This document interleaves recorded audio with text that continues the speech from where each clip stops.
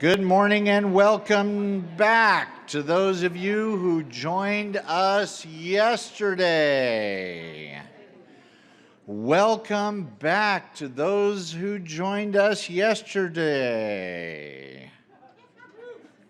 Woo! And those who are here for the first time.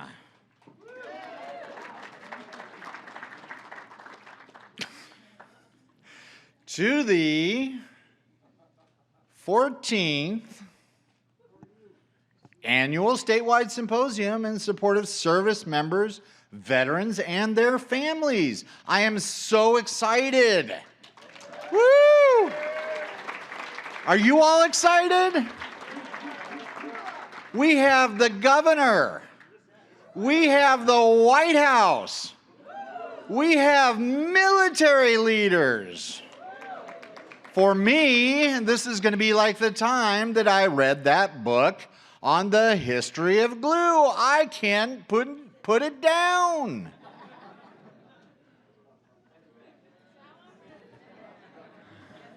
Oh, we're not rating them back and forth, folks. Not one day from the other. All right, my name is Thomas Winkel. I'm the director of the Arizona Coalition for Military Families. I served in the United States Marine Corps during Operation Desert Shield and Desert Storm as a combat infantryman. All right, come on. We got ARPs or not ARPs? Okay. All right, and I am honored to be your MC today. Y'all know what that means, right? Okay, I am able to officiate ceremonies. Do you know what else it means? I am able to coronate. Truly, I can make kings and queens. That is true. Look it up on Wikipedia. I don't think the people that made me the MC today knew the powers that were vested in me. Nicola, did you know? No, I'm not going to keep joking around. I'm not going to keep joking around. I'm going to be like a flamingo, and I'm going to put my foot down, and I'm going to move us along. I'm going to call up Travis Burns, the chair of the Unified Arizona Veterans, and he is going to lead us in the Pledge of Allegiance.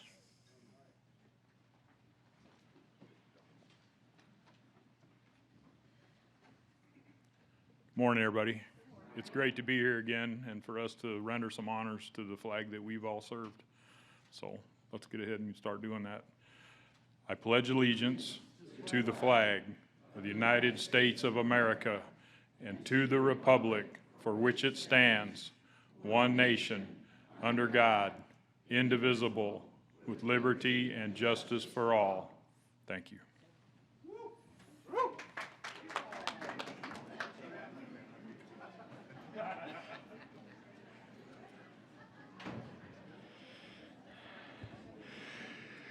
All right.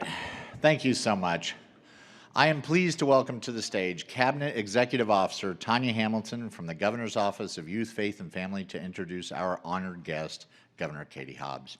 For those of you who were with us last year, you know that I think of Tonya as our young, vibrant, energetic, youthful colleague that we have known since 2010 when we first formed a state team to focus on our collective impact initiative.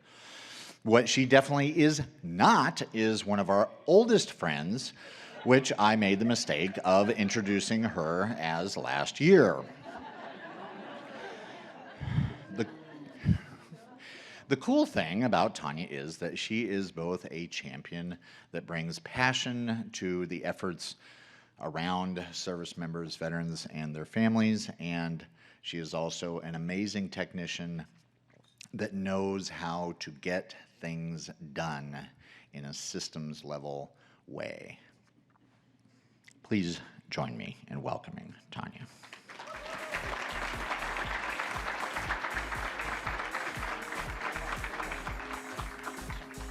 Okay. All righty, man, I'm glad I'm not the oldest person here. Nothing's wrong with that. Thanks, Thomas. I appreciate it. And thank you to the Arizona Coalition for Military Families for your incredible efforts to serve and support Arizona military families. Good morning. I'm Tonya Hamilton, Cabinet Executive Officer and Tribal Liaison of the Governor's Office of Youth, Faith, and Family, but notably born at Luke Air Force Base and I love him. And the daughter of a 20-year-old United States Air Force Vietnam veteran who I respect and love dearly. I'm honored to join statewide efforts to assist the more than 500,000 service members and veterans and their families who call Arizona home. I want to extend my deepest gratitude to our service members, veterans, and their families for their sacrifice and service to our country. To the Arizona Coalition for Military Families, the Arizona Department of Veteran Service, and all the partners and stakeholders, thank you for your continued commitment to ensuring we meet the needs of our service members and their families. The commitment to improving the lives of Arizonans is exemplified through the actions of the Arizona 24th Governor, Governor Katie Hobbs. Born and raised here in the Grand Canyon State, Governor Hobbs has dedicated her life to listening to her community and helping solve difficult challenges for the people of Arizona. She learned the value of service from her parents and her faith, starting as a kid who volunteered at church. She has spent her entire life serving and has never stopped. After putting herself through college at Northern Arizona University and Arizona State University with a combination of work-study programs and scholarships, she finished school and immediately started as a social worker serving youth experiencing homelessness in Phoenix, going on to help run the largest domestic violence shelter in the country. Governor Hobbs saw her fellow Arizonans struggle with little action from the government, so she decided to take matters into her own hands and run for office. In 2010, she was elected to the Arizona House and went on to serve 4 terms in the Arizona State Legislature, 2 of those terms as Senate Minority Leader, and working across the aisle to deliver for Arizonans. In 2018, she was elected Secretary of State, where she oversaw in a contentious election cycle and defended the votes and voices of every Arizonan. Governor Hobbs recognized that her home state was at a critical turning point and made the decision to run for governor. In 2022, she was elected as a 5th Arizona native and the 5th woman to lead the state. With over a decade of public service, Governor Hobbs sees her role in government as a continuation of her work as a social worker. In her first term, she has already moved the needle forward on some of our state's most critical issues, including housing, water security, and economic development. Governor Hobbs approaches every situation and every challenge with a desire to make people's lives better and give every Arizonan an opportunity to thrive. Please join me in welcoming Governor Katie Hobbs.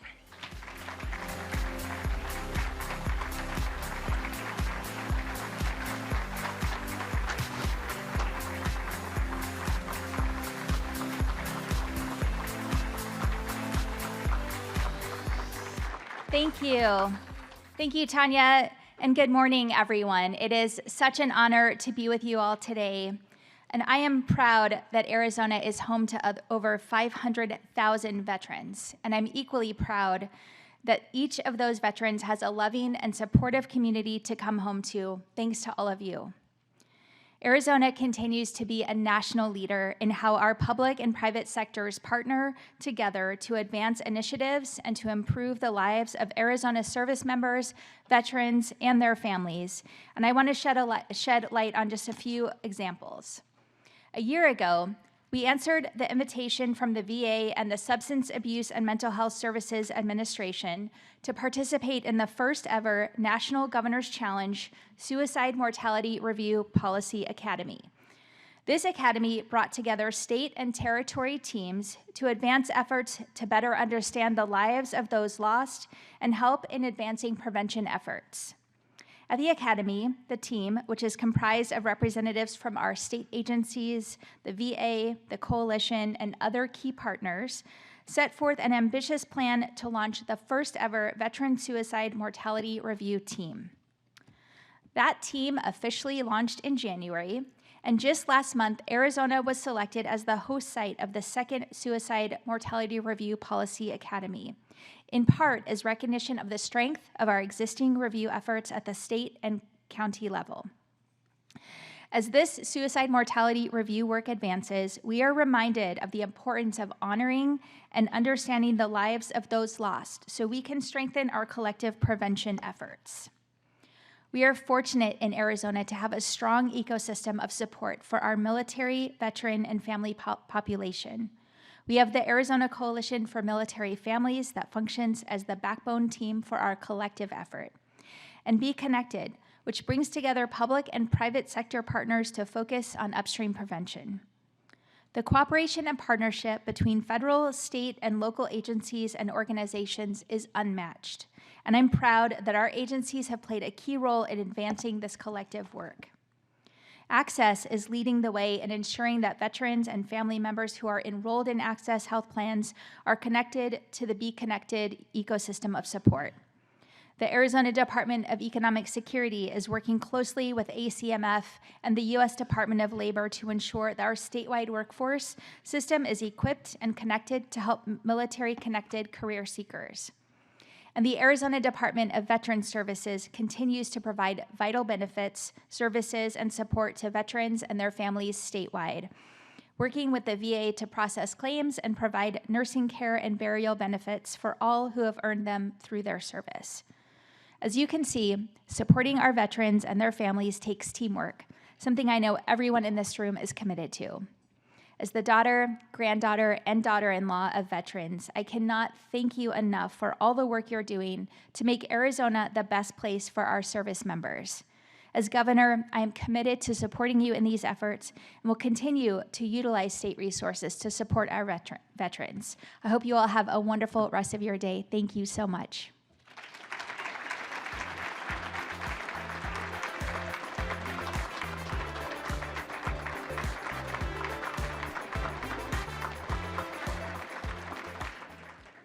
All right.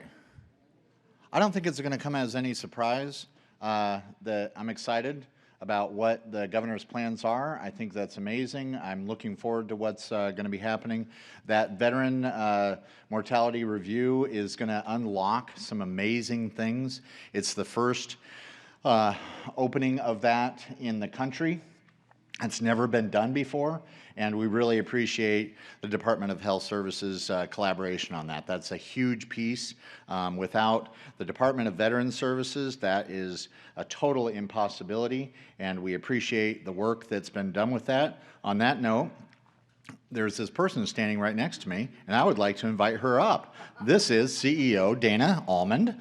And Dana, hi, come on up. Hua. We got a hua from her. All right. All right.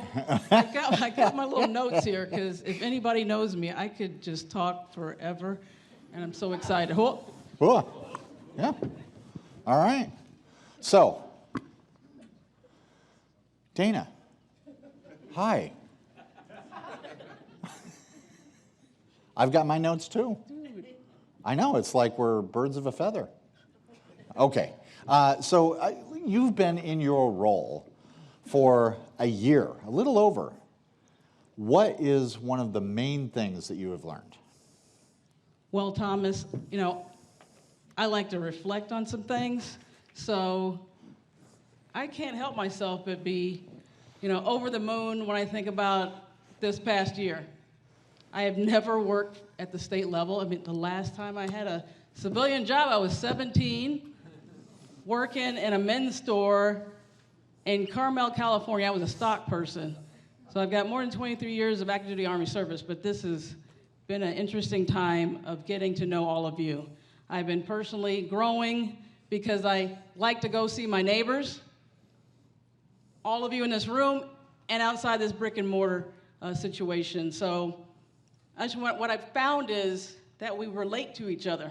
We may have had different adversities and different highs and lows, but doggone it, we're in this together, and I'm just so excited about that. I've faced my own personal things. You've shared those with me. Unfortunately, last year I lost two good friends within a 30-day period, and one of them, it was through complications from a car accident, and the other from suicide with a firearm. And those things were very devastating to me, for that to be a rapid succession of losing people that I really cared about.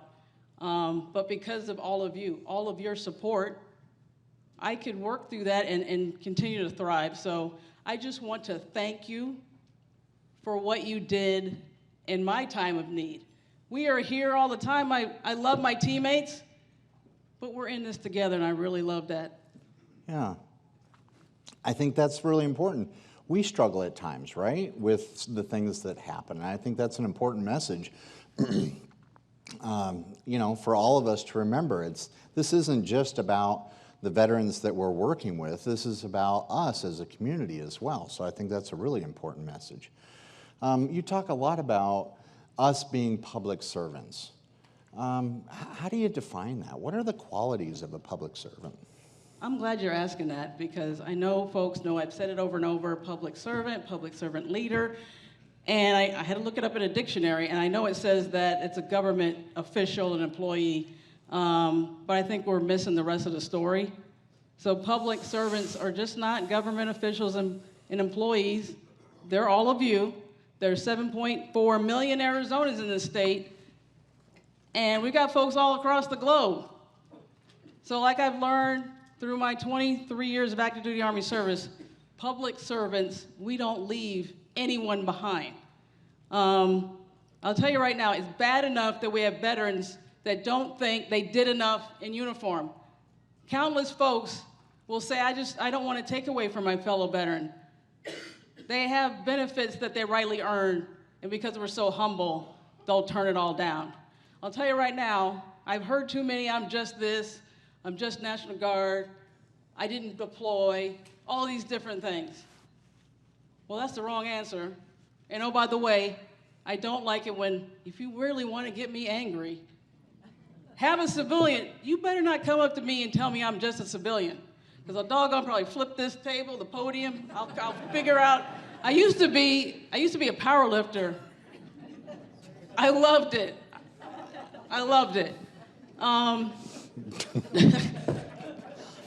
There might be some video. I didn't don't say know. any of that. I got some practice early.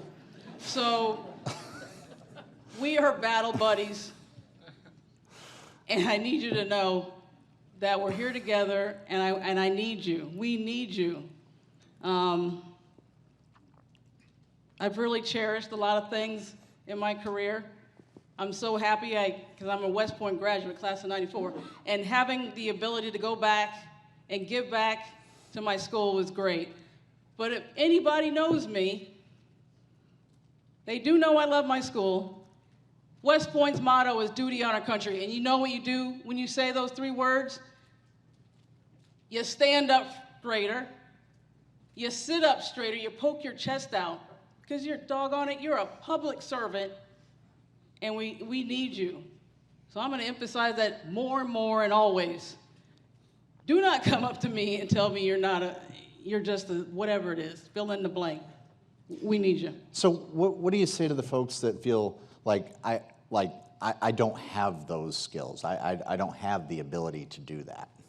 Well, what I'll say is, okay, again, if somebody's met me, I have this digital business card because I want it in your hand. I have civilians that come up to me, anybody, they're in tears declaring very loudly, I've been in different spaces, how do I help a veteran? I said, right on, my team's here. Let me get this digital business card in your phone, into your personal contacts, because you can literally help somebody on the fly. I live in Marana. My headquarters is up here in Phoenix. Well, I had to have an apartment up here because I'm all over trying to keep up with my own personnel and all of you. So I'm in the elevator trying to go down and get to work. This gentleman gets on the elevator, he's got Army on his hat. I'm like, are you an Army veteran? He said, yes, I am. I said, right on, so am I. So by the time we got down to the bottom there, and we're in the garage, I said, have you filed for your disability claim? No, I have not. Okay, right on. So let me pull this sucker out. We're gonna get this in your phone. Do you want an in-person appointment or do you want a virtual? He's like, man, what is going on here?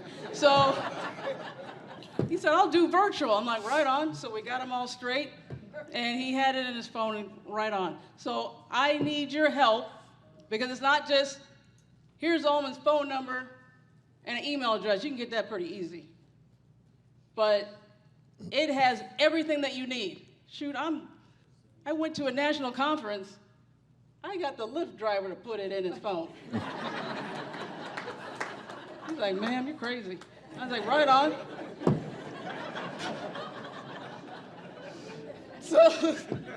So you have it, right? You can do it.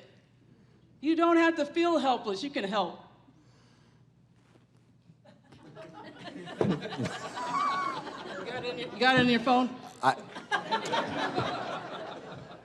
I'm just going to say yes.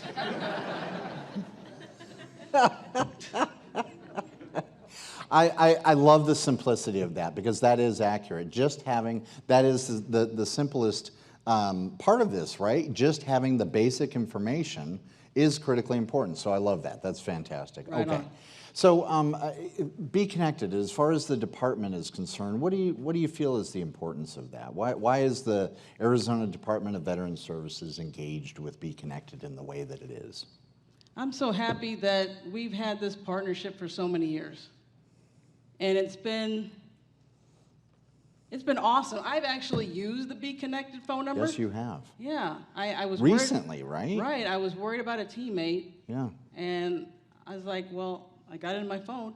Well, and you recently had a situation where Yes. there was someone having a hard right time, on. right? So I was at the Douglas stand down, and I'm building rapport. Does with everybody this know veteran. what a stand down is? Oh, Okay. okay, Yep. right on. Yep. Resources for veterans. Yep. This is specifically oriented around homelessness, right? Okay. Right on, Yep, right yep, on. Yep. So he came up to me and explained his situation, and like a lot of veterans, they sometimes don't think that all the things that they know about are helpful. So like, he's 100% service-connected disabled, so it's like, well, you make too much money. And he was frustrated because he was looking for Social Security folks that knew about that, because he needed to put an appeal in, and he can't afford to pay for the legal advice. So he reached out to me afterwards. We took this great picture and whatnot, so it was great human connection. Came to me, and I'm like, doggone it, I think I know some people. Doggone, Be Connected sprung into action, and he now has legal representation, and he was able to submit that Social Security appeal on time. So those are the things, even when you think it's just not possible because you're told you don't meet certain criteria, they're gonna jump in the gap and take care of you. Dana, thank you. Appreciate it. This was great. We'll do it again. And I didn't know you were a power lifter. That makes me a little more scared, I guess. You can actually look. You can look up. There's some. There is from whatever competition what I lifted. I was like, really? I lifted that? Wow, that's pretty cool. Ladies and gentlemen, Dana Allmond. Huh.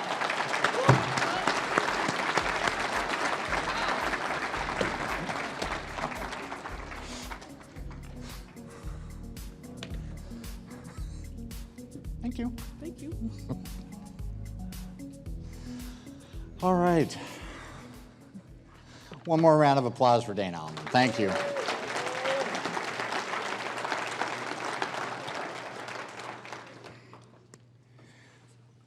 Thank you. All right. Okay, I wanted to share some news that our collaboration received 2 awards. that we were up for last year. They are both over to my left. The first was submitted by Pete Klober. Who here knows Pete Klober? Yep, yay, yeah, love Pete. This is a national award that in the past has only gone to major national organizations. They have never, ever, ever, ever before awarded it to a regional organization.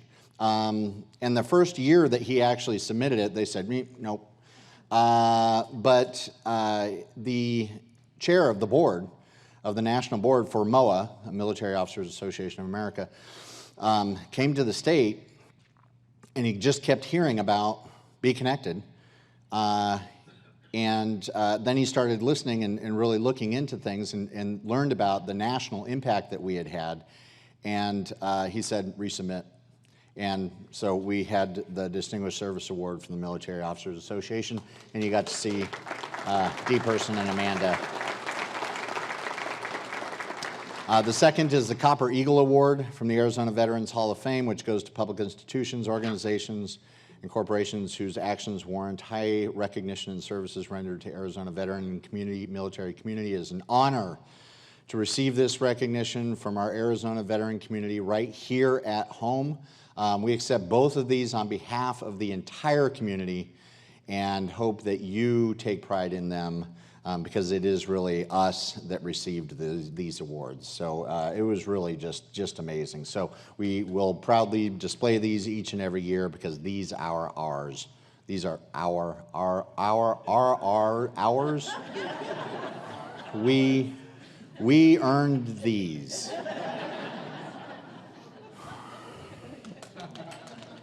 Thank you. I gotta ask, was that clap for me getting through that? Okay, yes, okay, thank you. Thank you. Thank you, thank you. That was kind of a minor victory, wasn't it? Okay. All right, let's do hey, while all our VIPs, all of you are VIPs, we're going to do this in a little bit backwards order because we had the governor come a little bit early. While all of you are VIPs, I would like to recognize a few additional special guests who are not speaking as part of the agenda today.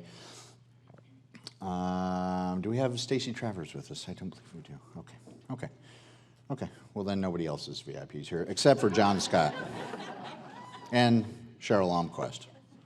Okay. Yeah. Other than that, I don't think we have anybody else. Well, there's a few others. Yeah. Oh, Brian Matthews. Okay, I could keep going. Okay, everyone's a VIP in here. All right. Okay, title sponsors. First, our title sponsors, Arizona Department of Veteran Services and the Phoenix VA Healthcare System, bing, bang, boom.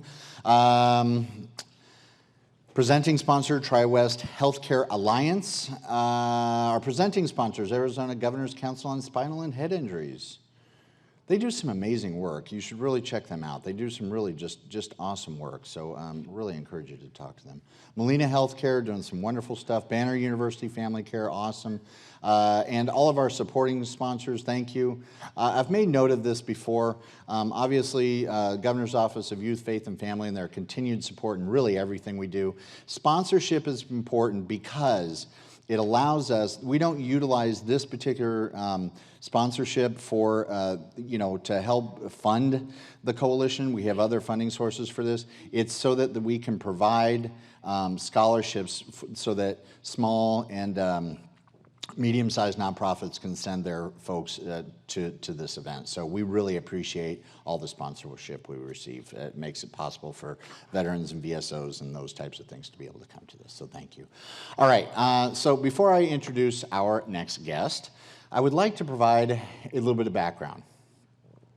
Back in 2011, just a few years after we established the coalition, Arizona and our very own Nicola Winkel, really the brains of the operation, folks. Yeah, you all recognize that, right? Yeah, okay. You don't have to agree so quickly. Jeez. We're featured in a prominent promotional video for joining community forces. This was an initiative from the White House and the National Guard. It was Nicola and 3 adjutant generals, 3 National Guard generals, and they're called the adjutant generals, or tags, right? Yeah, okay.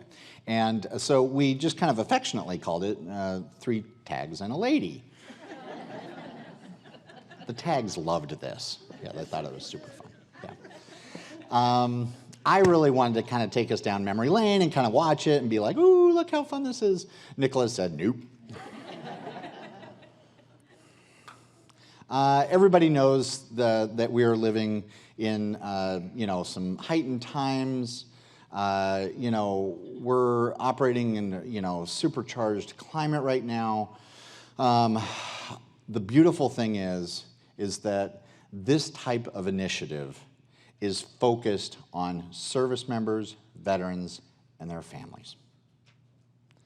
We are focused on service members, veterans, and their families. We have had the opportunity to partner with multiple White Houses, multiple congressional offices, multiple governor's offices. First, in 2010, we had a White House roundtable highlighting state-level efforts. Then in 2011, we worked with Joining Forces. Awesome.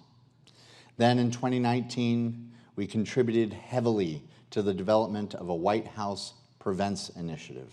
We heard about that yesterday as well. Today, we are truly honored to have Sheila Casey, Executive Director of the White House Joining Forces Initiative, here to share a special message for our community. Now, I am pleased to welcome our honored guest this morning, Ms. Sheila Casey, Executive Director, White House Joining Forces Initiative, Strategic Operations Executive and Board Director, Office of the First Lady. As a military spouse, with more than 40 years in service, Sheila has lived in the U.S., Europe, and Egypt. She has a deep appreciation, and I love this part, of the importance of healthy family life to ensure overall military effectiveness, which we're going to be talking about a little bit later. It was just like this, ooh, cool, it's perfect. You'll get all this in just a sec, okay? Yeah. By the end of this general session, you'll get all this. Sheila formerly served as the board chair for Blue Star Families, awesome. Military Child Education Coalition, very cool, because that's Purple Star. We just got that in the state. Yep. You know who got that in the state? I don't know, but it took a while. It did. You know who got that through? His wife. Yep. Melissa Rueschhoff, General's wife.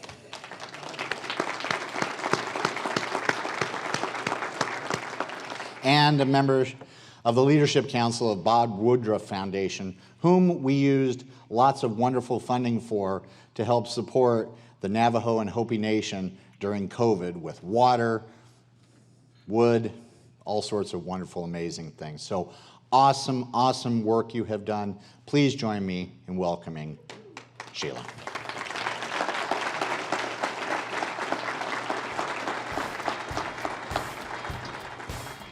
So awesome. Thank you so much. All those board positions are the past. I had to give up every one of them when I took this job. But that was okay. First of all, it's really an honor to be here with all of you today. And thank you, Thomas, for including us in this symposium. And as I look out on this audience and the amount of people here on the state level, it really does my heart good to know that each and every one of you here is here because you are supporting military and veteran families. So to all of you, a huge thank you. I'd like to start by giving you a little bit of background on joining forces. The initiative was originally launched in April of 2011 by then First Lady Michelle Obama and Dr. Biden. With a strong external focus, joining forces gave a face and a voice to service members.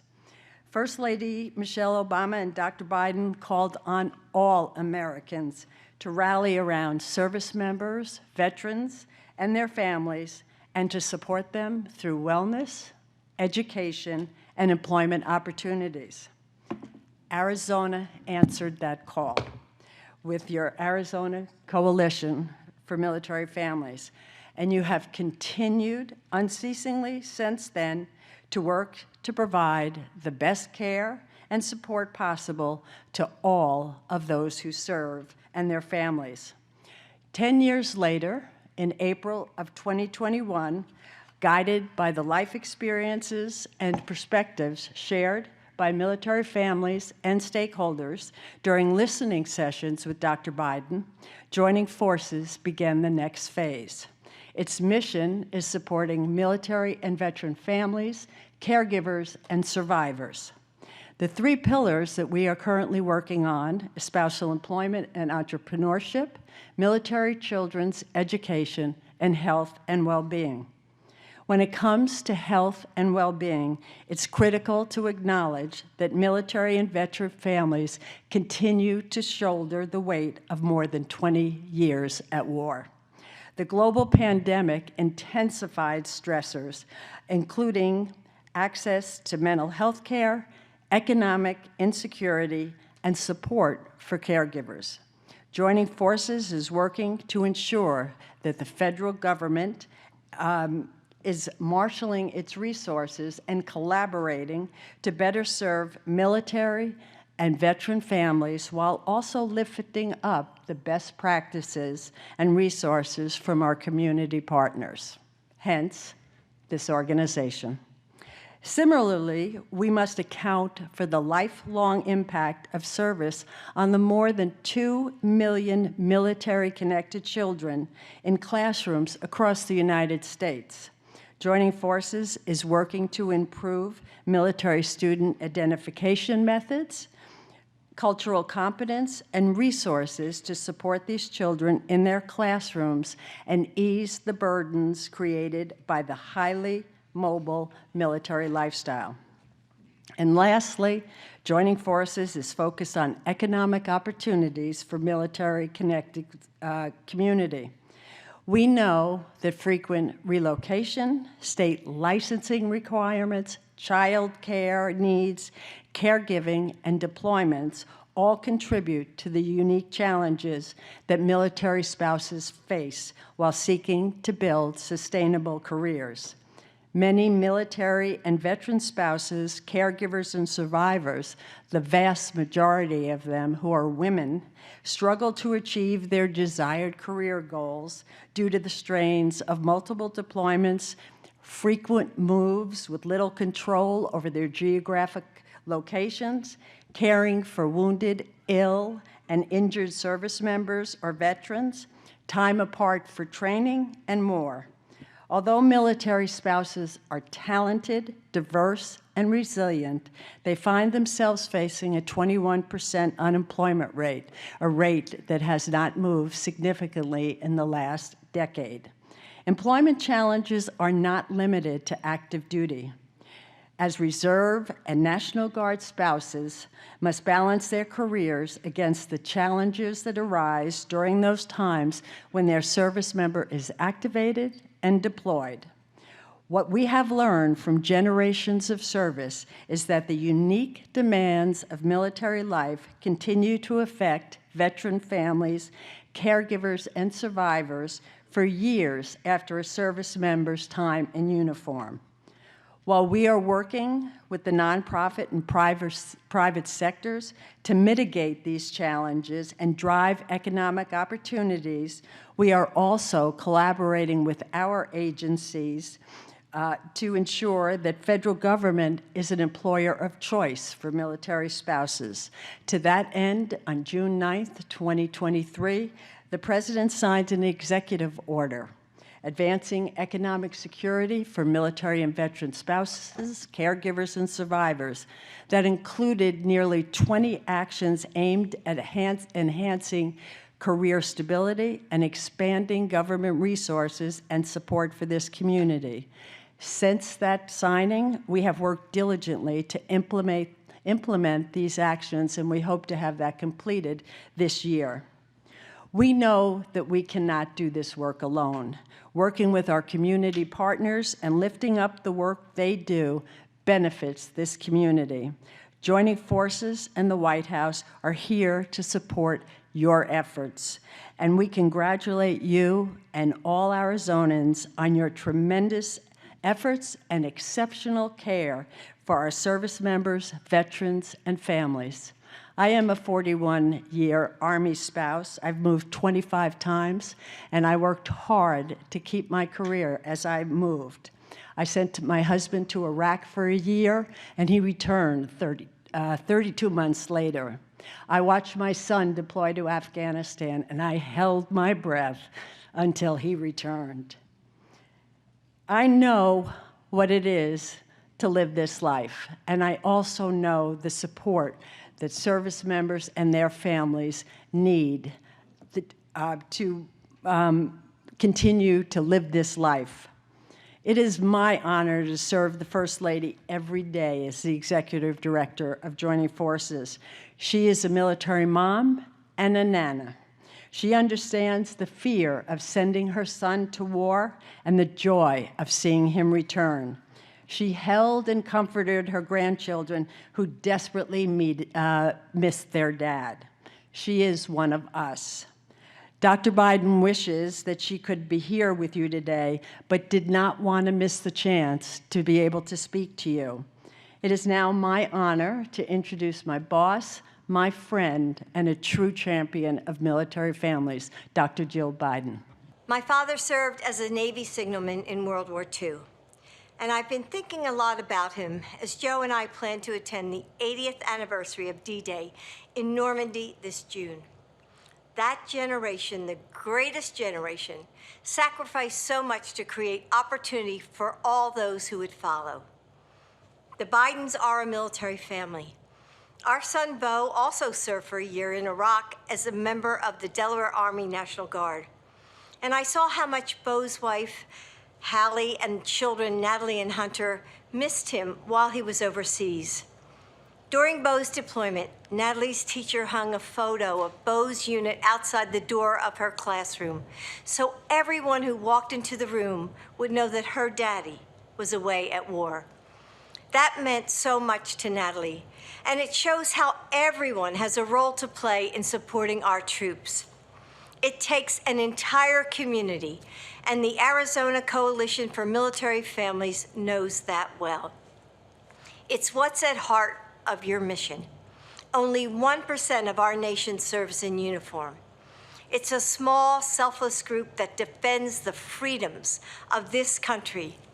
In 2011, in the midst of 2 wars, we started joining forces to support military spouses and children who had watched their loved ones return to battle again and again and again. Because even though military families may not wear a uniform, they serve our country too. Groups like the Arizona Coalition for Military Families were with us from the beginning. Thank you. We continue that work today. Those wars have ended, but the needs haven't. Our troops are still being deployed, and military families and veterans still need our support.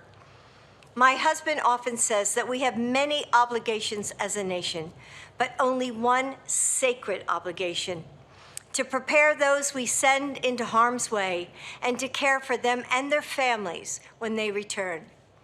As president and as a military dad, Joe never loses sight of that conviction. That's why he's worked relentlessly to make sure our service members, veterans, and their families have the resources they need to thrive: mental health services, spousal employment, the PACT Act, affordable child care, support for veterans, caregivers, and so much more. Your president and I are so proud of this community. And that's why it makes us angry when some who have never served a day in their lives denigrate military service. That's just wrong. Our service members and brave heroes and selfless patriots, and you deserve nothing less than our unconditional respect, honor, and support. The path of service isn't an easy one, I know. Disruptive moves, missed birthdays and holidays, sleepless nights worrying about the safety of the person you love most in the world. But you do it anyway, because you love this country and want to protect it. Because when someone asks for help, you're the first person to lend a hand. Because you know that freedom isn't free. Nearly 51 years ago, the last American was drafted into military service. Since then, our armed forces, the world's finest, have been made up entirely of volunteers like you, everyday heroes who step forward, who sacrifice their own safety willingly and proudly so that others can be free. From the bottom of my heart, thank you for your service. And thank you, Arizona Coalition for Military Families, for your support. May God bless our troops and their families.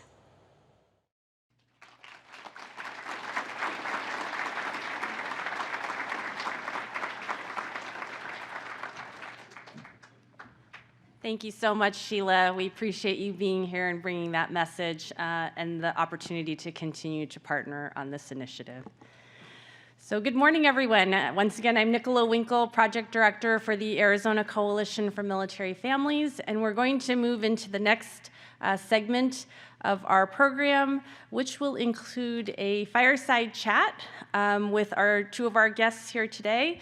But first, what I want to do is share a little bit about the Department of Defense project that I mentioned yesterday, and just give a little bit of background, as both of the sites that are represented on our fireside chat today are part of that project. So in 2018, the Arizona Coalition for Military Families and the Arizona State University College of Health Solutions partnered to focus on data and evaluation to inform our efforts with the military, veteran, and family population. And one of the goals of that original partnership was to eventually partner and pursue grant and research opportunities. And in 2021, ASU and ACMF were awarded a multi-year Department of Defense grant focused on cross-cutting prevention. So we're part of the way through this multi-year project. There are 4 project sites, 2 within and 2 outside of Arizona. And we're fortunate to have commanders from our 2 project sites within Arizona with us today.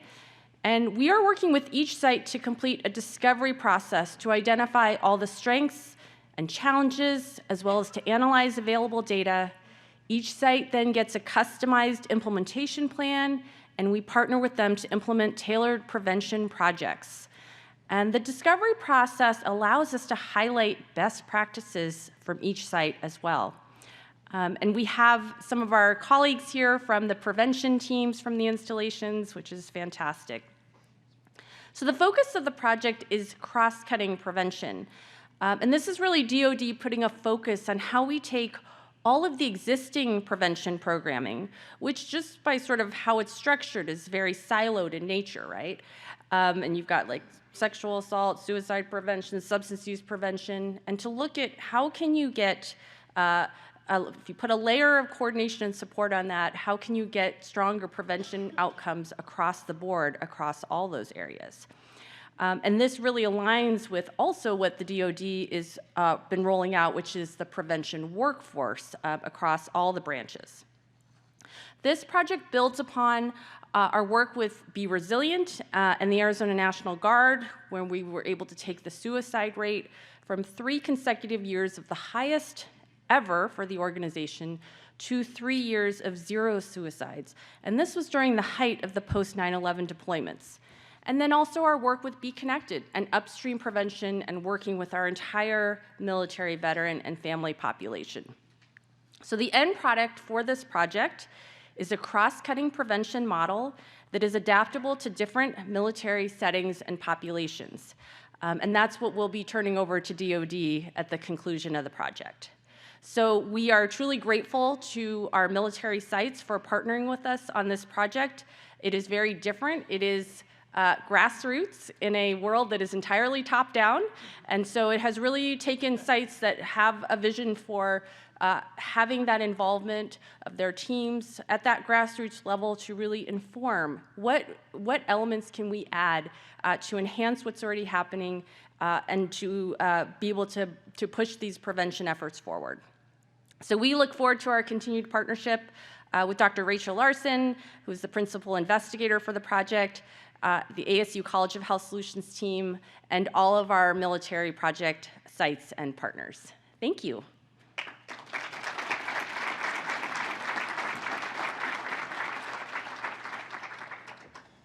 All right. Gentlemen, may I invite you upstage?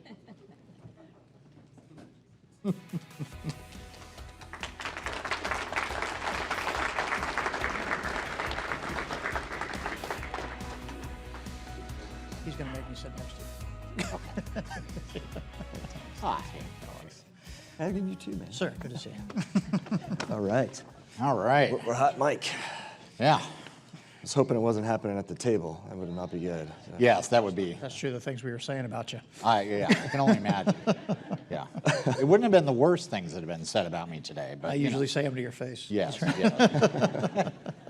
And I appreciate that. Yeah, it's good. It's good. All right. First of all, ladies and gentlemen, we've got Brigadier General Rueschhoff, Jason Ox, Yep. right? Yep. Yeah. And Colonel Johnny Ives. Mm-hmm. Yep. Air Force, Army. See? Listen, I feel like I should say, Yeah. Whoosh. yeah, whoosh. That works. Whoosh. Let's Yeah. just see Or who, Yeah. swing a golf club. let's see what kind Yeah. of support we really have Yeah. here. Up and away. All of our Marines in the room? All of our Army in the room? All of our Air Force in the room? Yeah, Sorry. it's pretty good. Not Pretty bad. good. Not bad. Okay. Not bad. Oh, my wife served in the Navy. Any Navy in the room? All right, there we go. Okay. Coasties? Coasties. No coasties? No. We usually have like one. Yeah. He's not Any gonna- Space not Force? gonna raise his hand right now. So, yeah. No Guardians? Okay.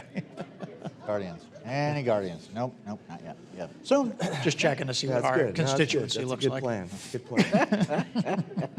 All right. I have with me today Brigadier Jason Rueschhoff, call sign Ox, commander of the 56th Fighter Wing, Luke Air Force Base, whose mission is to train the world's greatest fighter pilots and combat-ready airmen. There you go. Check. That's right. right. That's right. Pretty cool. Yeah. Well done. He has. Thanks. He has just passed the 3,000 flight hours mark. Thanks. Yeah, it's pretty impressive. Recognize that, right? Yeah. With 267 combat hours, and he and his staff can put on a great air show after a 6-year absence. Yeah. That was Good amazing. time. That was a good time. Yeah. F-35 it fell. Yeah. Right? It falls, and then it goes, I'm going to fly again, and takes off. How many of you made it to the air show? All right. Okay. Awesome. Yeah. Missed a good one if you weren't there. Yeah. We'll get more out there next time. Okay. All right. I also have Colonel John Ives, Johnny, the commander of Fort Huachuca, which I can best describe, check this out, because, boy, this was not easy. It's top secret, right? As a research, testing, and training base essential to the success of the U.S. military now and into the future. Sure, we'll take that. It's good. I had no idea. Very well. I had no idea. That was about 3 hours of work. Johnny has multiple deployments, including a 22 and 24-month tour to Iraq, and he prefers to jump out of planes instead of landing them safely like the good general here. I'm saying. Life choices. That's right. All right. Hey, you know, you've seen the audience. You've heard me talk. You've heard Nicola talk. Most of what these individuals are doing is the same thing that I'm doing. We are attempting to essentially ensure that service members, veterans, and their families are being well taken care of. For you all, that's readiness, right? And readiness covers a huge swath of everything, from ensuring that you've got the absolute best fighter planes to ensuring training is being conducted in the best possible way. When we're talking about personnel, that's come light years in the past 20 years. I remember a time when family readiness programs and the Airmen and Family Readiness Centers were focused on Easter egg hunts, right? Yeah, okay. Not that that's not now done, but there's a lot more to it these days. Yeah, so what are we readying for? You know, what's going on in the world? What do we have to be prepared for? What do I sit in I have the good luck, good fortune, I guess, if you will, to be able to sit in the Arizona Commanders Summit. Thank you again for inviting the coalition and the department into those. But we get to hear about some of the things that are going on in the world. And what it has done for me is it has made me adjust how I think about our ecosystem of support, right? We're going to have to make some changes. So I would love, if you're open to it, to help explain to several hundred colleagues here so that they can help us think about this going into the future. Yeah, you bet. Thanks. Thanks. That's a good Please. question, Thomas. Appreciate it. First off, let me just say thanks to you and to Nicola and to the Arizona Coalition military families for having us here. It's a heck of an honor to be sitting up here. Anytime I get to share stage with this guy, got to get my A game on. So I'll work on it. Army's, he's always ahead of me, so it's okay. Really appreciate just the honor to speak to you all. And you know, it's pretty cool to look out at this audience and know that there are a ton of veterans out here. But it's not just about the veterans, it's about the support to the veterans. That's what we're here for. So I just want to say thank you from both of us to all of you for taking the time to be here, for everything you've done in your previous life and what you're doing in your current life. So I'll give you a round of applause with Johnny here for you. Absolutely. Thank you. Yeah, so I think, I mean, you're starting right out of the gates here, Thomas. Appreciate that. You know, we talk about readiness all the time, and I'll allude to what I really think it means here shortly, but, you know, across the state, we are getting ready constantly, and it's for a couple of reasons, and I'll let Johnny pitch in from his standpoint here, but we are on the cusp of, I would argue, one of the most consequential times that we've had in our history. We have adversaries that are waiting for the right moment to strike, and I don't want to be a doomsday sayer or you know, worst case scenario kind of person, but that is the reality of it. There are a lot of briefings that you can get at different levels, not in this room, but where you would be amazed at what the calculus is, and that's what it is. You know, our new chairman, General Brown, who is also the Chief of Staff of the Air Force, I had the pleasure of working with for several different assignments. I like to put it this way, that the adversaries that are out there are trying to solve for X, and they've got an equation, and that X is about time. What is the right time to challenge the United States and our partners, our freedom seeking and protecting, and the way of life that we so value and that our partners value. They're trying to find the time when they can challenge that and make it a different world order that is about oppression, that is about no human rights, that is about getting what they want, when they want, how they want it, so they can preserve their regime. That is not what we in the Western world think like, nor is it what we believe in. And that has driven our country for centuries. And all of our partners are in the same boat. And we're very fortunate to have this long list of partners. And so our job, as General Brown would say, is to continue to change that variable, to change that X. to make it something different, so that every time our adversaries look at that equation, their calculus comes out on the wrong side, and they know, today is not the day. Tomorrow, maybe, we'll check again. We'll get back to the calculator and look at it.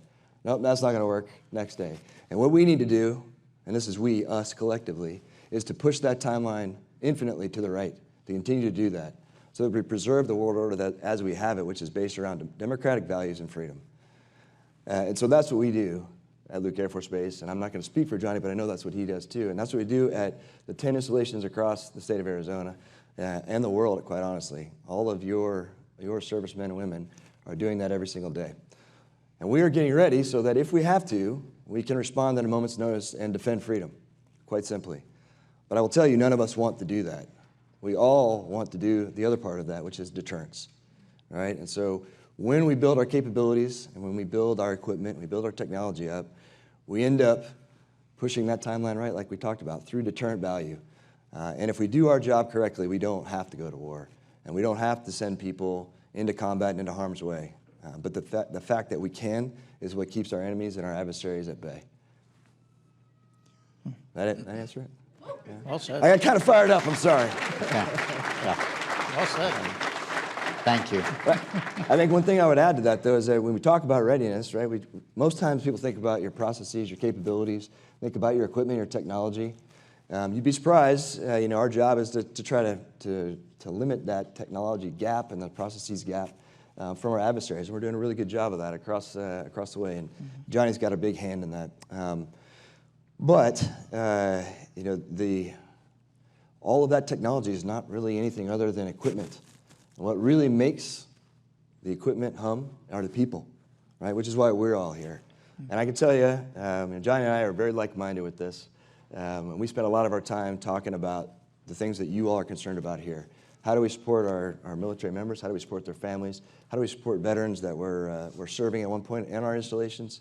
And that's where we spend a lot of our time, because that is the real key to the difference between our adversaries and who we are. Beautiful. Yeah, thanks. You want me to go sit down? Ditto? Yeah. All right. Well, thank you very much, gentlemen. I got a little excited. I apologize. Oh, no. No, this is exactly. He and I I want talked about when you've got amazing folks talking, you just let them go. So please, yeah. Oh, no, I was going to say, so he and I spoke earlier, and he said, General Rueschhoff's going to answer this question, keep your mouth shut. And I said, okay, I would do that. He didn't tell me. Nobody said, he said, hey, if you want to jump in, you can. And I said, I told him, I said, well, I studied Russian in college. I have 2 master's degrees, both in China studies, national security and strategic studies, and both of them, my thesis was on China. And I'm a military intelligence officer, so if you want me to scare the crap out of you, I absolutely can. But that wasn't the goal, right? That's right. So, Yeah. Well played. And I kind of staggered after that. And, I appreciate fumbled over myself a little bit. And, yeah. What would you add to that? Like he said, readiness of taking care of our people, and that's why organizations like this, and then this community that you've brought together here is just incredible. Because when we do talk about readying our force, it's not just readying the equipment, and it's not just readying the soldiers or the airmen or the Navy or the Marines to be able to go and do the things that we need them to do in combat, which is sometimes a very terrible thing, but we're incredibly good at it. Mm-hmm. And it's a terrible thing that we're so incredibly good at it. But what we need more than anything else is for our families and our communities to be ready for what occurs. And that's the scary part, is that we are on the cusp of a type of warfare that we haven't seen in generations. And that's the kind of warfare that we might not be truly prepared for, because America's history is we get punched in the nose and we bleed first. That's how we always operate. You have to remember the Maine. You have to remember the Alamo. You have to have Pearl Harbor. You have to have 9/11. That's how America operates. And that's what we need people to understand, is that it's going to hurt. And to understand that you got to pick yourself up and move forward. And that's what these organizations do for not just our families and not just our military members, but for the entire community, as a reminder that we're all in this together. So thank you very much for what you do.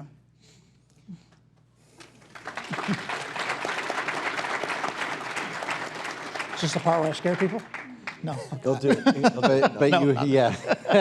But he has said something. Did everybody catch that? That was something very important, that we are also in charge of or needing to take care of our communities as well. We had to do it after 9/11. We really had to do it essentially for each other after Pearl Harbor. We will likely have to do it in the next conflict.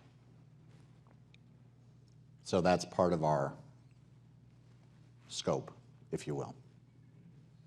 I feel like a Debbie Downer. Yeah. You got any good news for us? I'm going to go first every time and then let him go after me. That's what I'm gonna do. I like this place. The good news is we're prepared, Yeah. right?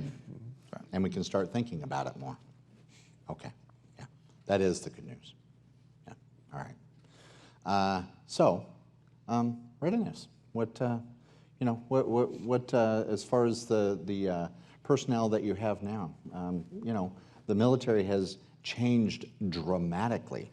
Nicola, myself, the others that are working on the MTech project, we are wildly encouraged by the things that are going on the bases. There are some amazing people that you have that are working on the bases. Hello. Yes, yeah. Hello. Hi. Look at you. Say hello to the audience. Hello, audience. Yeah, so there's some really remarkable staff members that you have that are working on Yolani, Jarmel, where are you? Yes?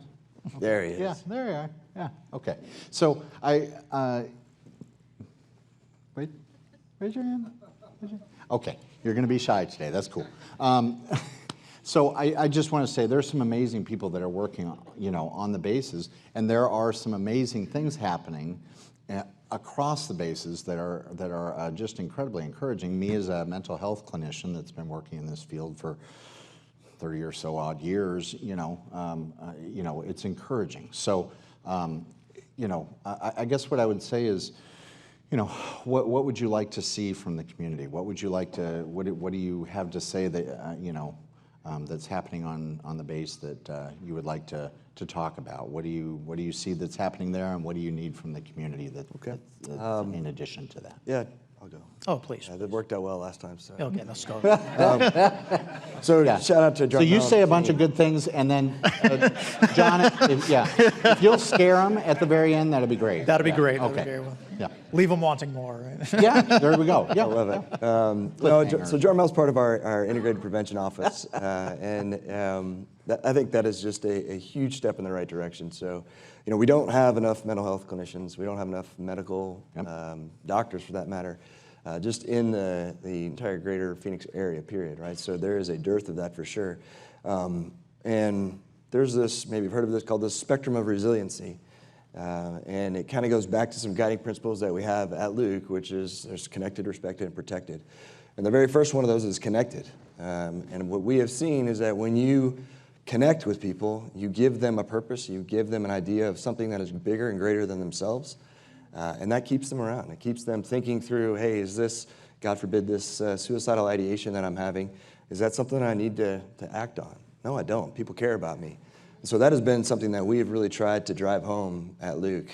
7,000 plus people in there. It's not exactly easy to go and talk to each person singularly, but if we build a community that sees this as a ripple effect, which is what the IPO does for us, they take some of the things that Nicola was talking about with the cross-cutting mentality and talk to folks and bring them into the fold so that they know that they're valued, that they matter.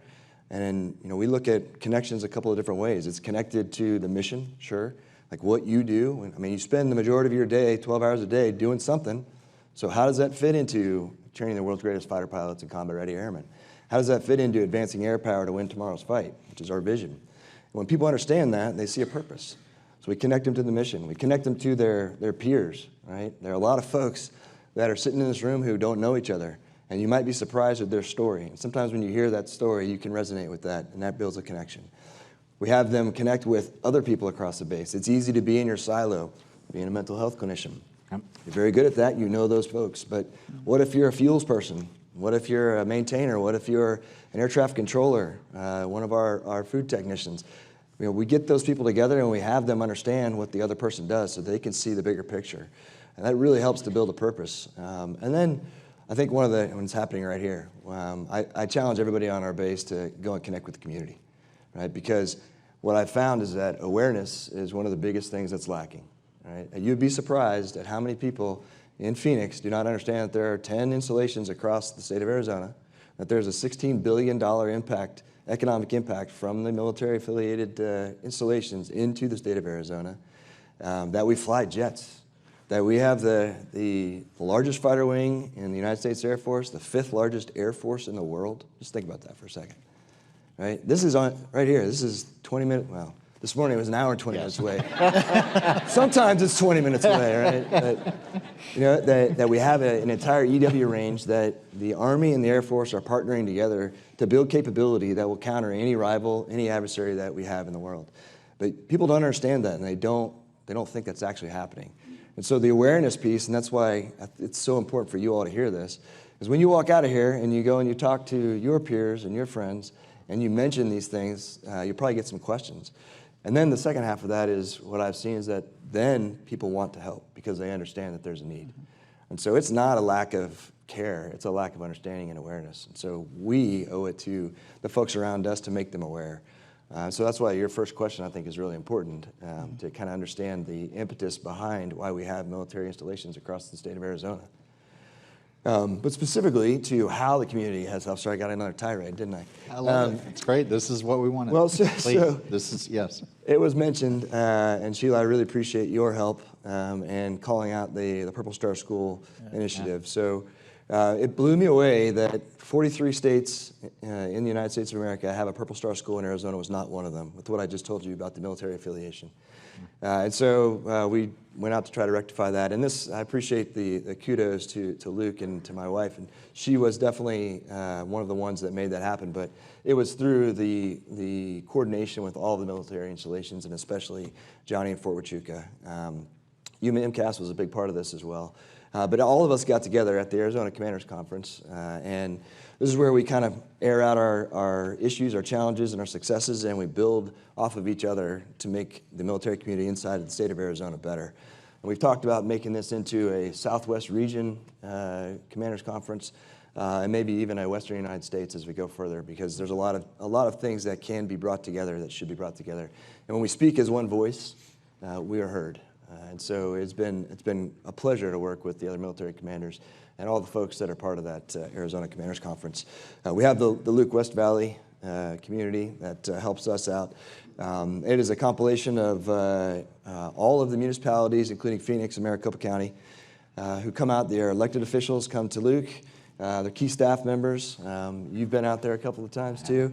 What we're looking for is just the same thing we do at the Arizona Commanders Conference, but we do it at a government level, so that our government officials who have the ears of decision makers, whether at the Hill in DC or the Hill here in Phoenix, can have our voices heard.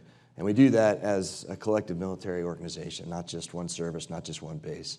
But that's where that Purple Star School initiative, and that is about bringing in military children who move. My children are 14 and 13, and this summer will be their 10th and 9th move, respectively. So I appreciate the 24 moves, I think you said, you've had. Holy moly. That's a lot. And it's tough. It's really tough. And we see it, we forget about it. It takes about 2 years to forget about it, and then you remember it very starkly. So we're in the throes of that right now. But this program is designed to connect peers inside of the schools with military or highly mobile children. So it's not just a military thing. But you bring these kids in who have no friends. They have no organizations to which they belong. They have, their parents don't know anybody. There's no connection except for their teacher. And so they bring them in and they sit them down with a peer who has been trained. The schools, all the school liaison officers from across the installations have initiated the training to all the local schools now. And these kids are their connection immediately, so that they feel like they're welcomed. You also mentioned the licensure, which is huge. For those that don't know, my wife's an attorney by chance. By chance. She's an attorney, but you may not have known that by chance. But it applies to doctors. It applies to professionals with licenses. She's the five-star general in our family. Let's be very honest about this. Anybody who knows her knows that's a true statement. But when she moves, or when any other professional with a license moves, they got to start over. Sometimes that means taking a whole nother bar exam, a 3-day exam, or it means going through a whole bunch of paperwork and bureaucracy just to be able to work. And it becomes such a barrier that the 21% unemployment rate does not surprise me. It's probably higher, but that's because it's just a huge barrier to get through. And so that happened a few years ago with licensures, and then the federal government stepped up and said, we'll supplement and subsidy some of that cost too, which is huge because it is expensive. That's been a big win. And Johnny's right, the families are the foundation. All right? Some people will say our people are our assets. I hate that term because I think that is very thing-oriented, right? People are our foundation. We succeed or we fail because of our people. And we have been fortunate enough to succeed, and it's because of programs like that and the awareness. There's been a lot of great things. Luke, I know Johnny's got a lot of great things too. Okay. I have to follow that. I know. Holy smokes. This is just the way it works. I mean, I want to go work on Luke Air Force Base. It's so. Somebody record that? Did somebody record that? I need that. Well, it's better than bringing F-35s to Southern Arizona, that's for sure. It's a little joke about that one. Still too soon. Anyway, still too soon. It still hurts. It still hurts. I made a comment to a group that said, hey, we're going to do this training exercise where the F-35s will fly over and use our electronic range, and then they'll go blow something up someplace else. And it got turned around to all the F-35s are moving to Southern Arizona, and it turned into all these editorials about how we were going to ruin Southern Arizona with the F-35 noise. Like, hey, Johnny, have you seen this article? I'm not stealing your F-35s, I promise.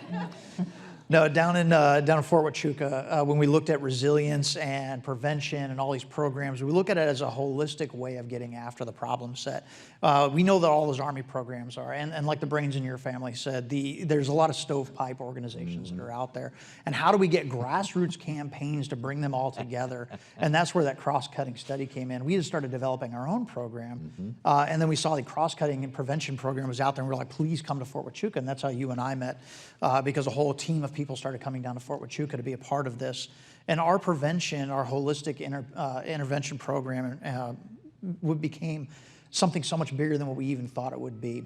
We ended up discovering, and the way we did it was we weren't allowing the professionals to say what the problem was. We asked for, we'll say the lay people, if you will. We asked families, we asked doctors from the local hospital, we asked the firefighters to come in. Everybody from the community came in, and when we put them in groups and said, not what causes this immediate problem, what are the indicators of this problem that's happening? And when people started looking at the indicators, then we said, how do we start solving those indicators? Because it's not a matter of getting left of the boom, it's getting left of the problem. And if we can get after all those indicators long before they ever become the full problem, because a person getting after them right before they jump in their car to drive drunk is great. That's a wonderful left of the boom solution. Give me your keys. But what causes a person to want to go out drinking by themselves in the first place?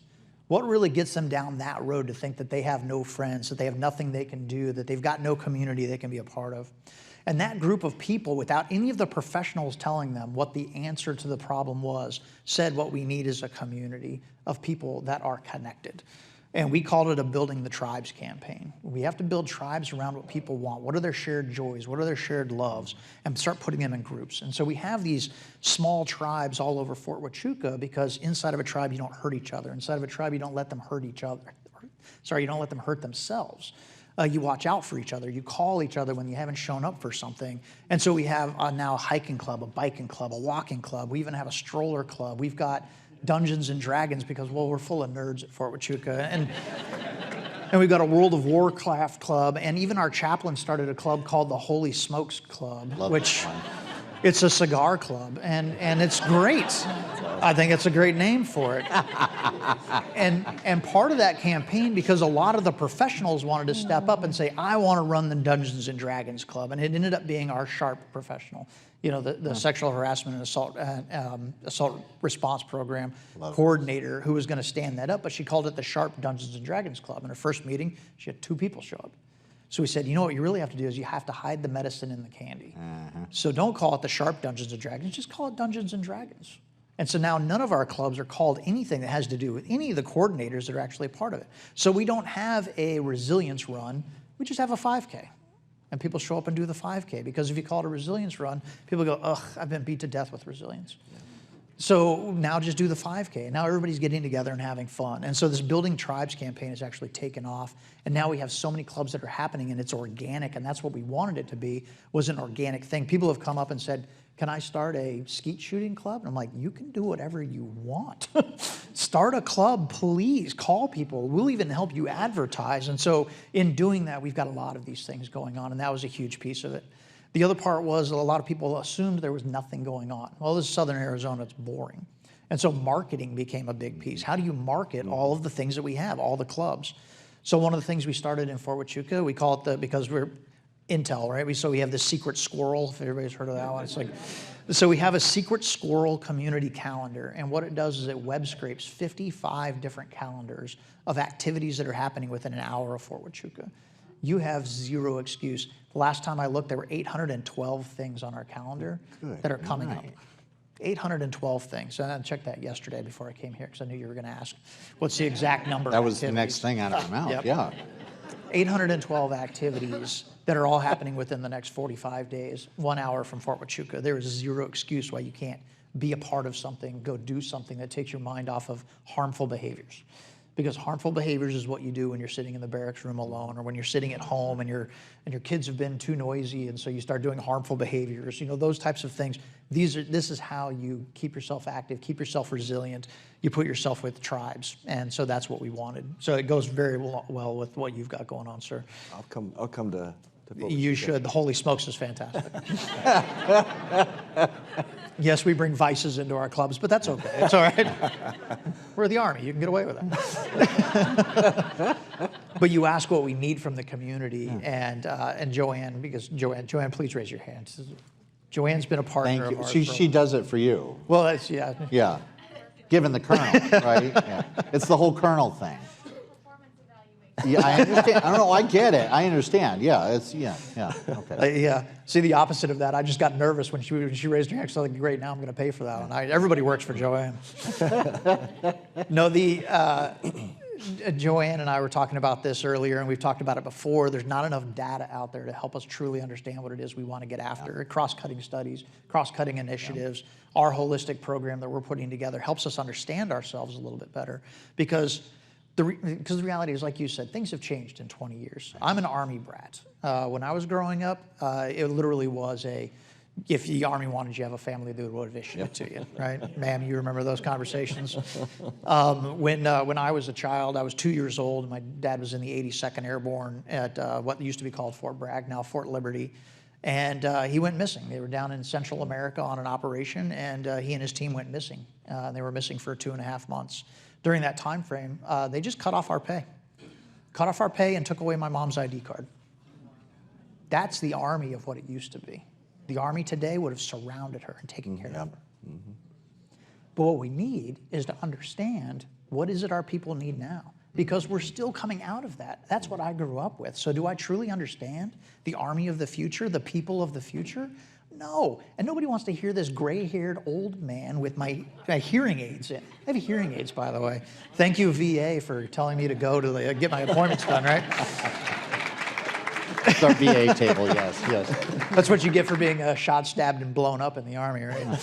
So, but none of the younger generation want to hear what I have to say, what sounds like fun, or what a good idea is. We need data to help us, because what also the young children that are going to join the Army aren't telling us is what it is they need, because they don't know either. That's where the data is going to help us, I think. That's what we need more than anything else. And I think organizations like this really help us out. Man. Great point.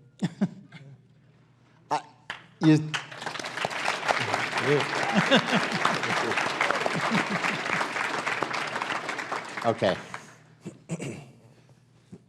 We're at time.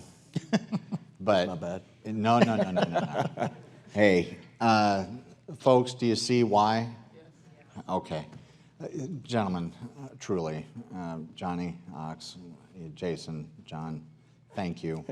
It's 4 of us. General, Colonel, Colonel. General. I feel taller already. I'm going to throw them all out at you. I really, truly thank you from the bottom of our hearts. We appreciate, one, your service to our country. We know it's noble. We know it's awesome. We know it's amazing. Thank you so much for all the sacrifices and all the wonderful things you're doing.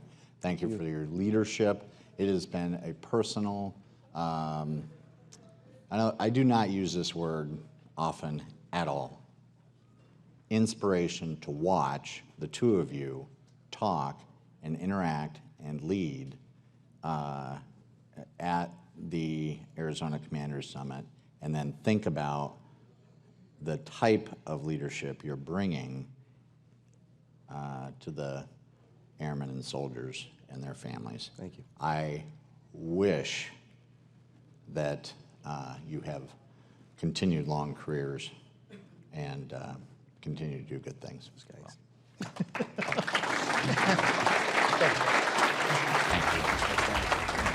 Sir. Always a pleasure, brother. Thank you all. Thank you very much.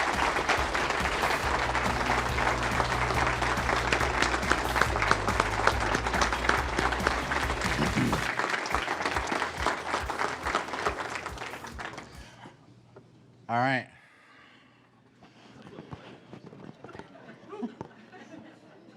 That was our fireside chat.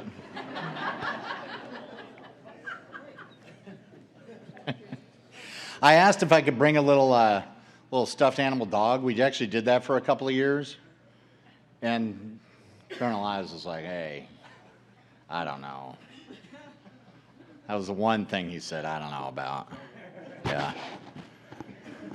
Okay. Hey, thank you. Really, I hope that gave you just tons to digest and think about. I know I'm going to be really processing that information quite a bit.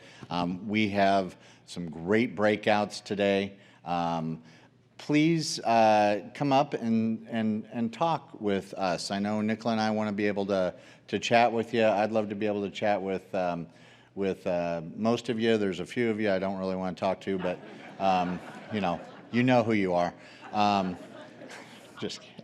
Anyways, I think we have some do we have some closeout remarks? My God, where's Nicola? Okay. Okay, I was lost there for a second. All right, Dee's coming up. Dee. All right, you ready? All right. Everyone's ready for snacks. All right. Again, thank you. Do you need my help? No, Okay. no. Get out of here. All right, good morning. Day 2. For those who weren't here to join us yesterday, again, all of our information is in our event guide. We have 6 tracks. The opportunity to go into a room. If it's full, check another room out. There's so many great topics. So use your event guide. The map is in there. Also want to remind everyone that our bingo cards will be collected today, right? So some people were a little confused yesterday. So if you get 10 stamps, you get 1 raffle ticket. We'll be pulling and drawing that at 4 o'clock here in the ballroom. For those who haven't looked at their guide, we have our military immersion that is at 2:45 in the ballroom. So if you want to learn a little bit more, who haven't had that military experience, you can get some opportunity to see the equipment. The drill sergeants will put you through some exercises. So that'll be here at 2:45. Again, enjoy your session today. If you have any questions, again, for our newer folks joining us for the first day, we have a staff label on our tags. So just ask us for help, and we're happy to get you around the facility. Enjoy the rest of your day. Thank you so much.